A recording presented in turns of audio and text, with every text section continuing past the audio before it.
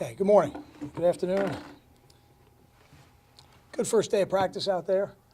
Installing the game plan. It's never as clean as you want it to be, but that's part of the process of a practice week. Had a couple guys go down with some ankles. We'll get you an update on them as we go through the week here. I don't think any of them are that serious, but I haven't seen them in the training room yet. Questions? Is Carew okay? He is. Okay. Yeah, Leonte's going to be fine. He'll be back out full speed tomorrow. Okay. Given the way this history has gone with the MEAC schools, if you get a chance to play another quarterback on Saturday, who will it be? I don't even think about that right now. I mean, as we go into the game, we know the history of Norfolk's defense. I think the first time we played them at the end of the first quarter, we only had 3 points. A top 10 defense nationally over the last 4 years, number one passing defense in the country last year. We got a great challenge ahead of us. The depth chart is what it is, and if Gary's helmet were to come off, Chase goes in the game. And that's the plan, but it's nothing different for this team than any other team. Okay. Kyle, Keith Lumpkin, from the time he got here as a freshman to now, how much has he grown, as a player? I think the process really started after Keith's junior year. And I know from speaking to Coach Hansen down there at St. Peter's that he and Keith had a long talk at that point about really dedicating himself primarily to football, because he had really split his time between football and basketball at that point. I think that's where it started. You saw a significant difference from his junior year to his senior year. And then when he got to college, I think it's been a 2-year process to get to the point that he's at now, where he gives us a chance to compete and to win. And I think by the end of his career, he's going to be a really fine football player, and he's done an excellent job so far for us.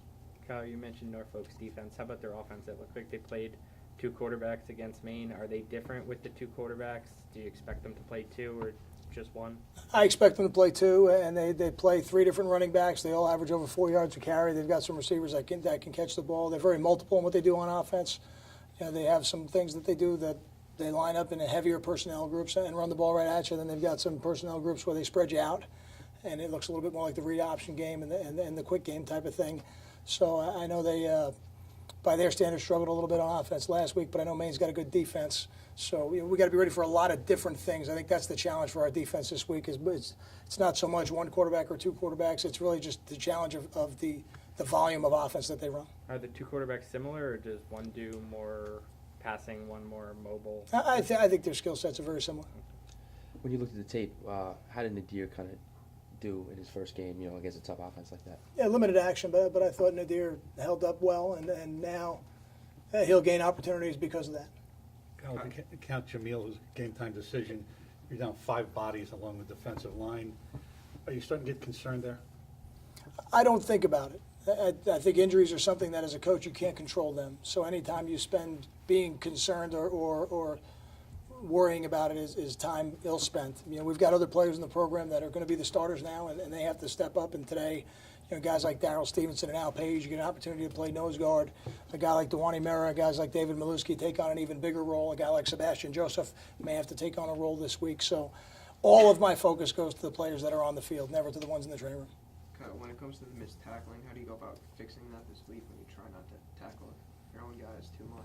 Well, I think you have to tackle. I think you have to do drills. Then we have a tackling circuit that we do every day that we believe in, and I don't think you ever overreact to just one game. We played a team that has excellent skill players, and they won't be the last team we play that has excellent skill players, but we have some younger players that didn't tackle as well as we think they can, or lesser experienced. Let me say it that way. Not all of them were younger. And I think now that they have had an opportunity to go through that, as we go through the year and continue to do the things we do every day in practice, we'll get better. If you believe in your system, then when you don't have as good a day as you would like, you don't scrap the system. You just go back to fundamentals and you continue to work. How did Patine do against their nose tackle? I thought Patine played well at times, but not as consistent as I would have liked. But the other player had something to do with that also. He's a good football player, that kid.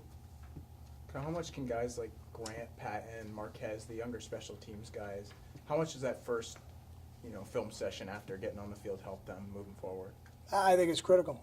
For any player who's going out there or is taking on a bigger role than he has for the first time, to get a chance to see yourself on film do it is critical.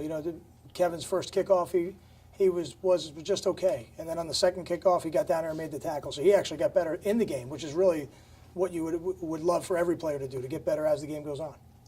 What was your thought process in staying with Janarian Grant after he muffed the one and then fumbled the other, although it was recovered? You want him to work through that stuff? What were you, because you have Pratt, you have other Sure. guys who can. What was your thought process in just staying with him? I thought that he would be a better decision maker on the next one, and then I'm not sure if I don't think there was another one after that, after the second one. So would you have stayed with him then? Maybe I should I have would. said. I would have. Okay. I would have, and he'll be out there again this week. Okay. And I think when you're doing that in college for the first time, and you have to run up to a punt as he goes to, if that would happen again, I would like to have seen him not run up to it and let it hit the ground, either catch it on a bounce or, make the poison call and get away from it. Is that two more? Because it seemed like the two that he had trouble with were more line drives than up. I don't think it's necessarily the trajectory of the ball. It's really the distance you have to move when you get to the catch point, I think is the biggest factor for those guys who are trying to return them. Coach, how important is it having a guy like Croft, especially with what's going on at Carousel right now? I think you better have depth at every position, and that's the really what separates a lot of teams as you go through the season. We're not the only team that's dealing with guys that are dinged up and banged up. That's why I don't focus on it.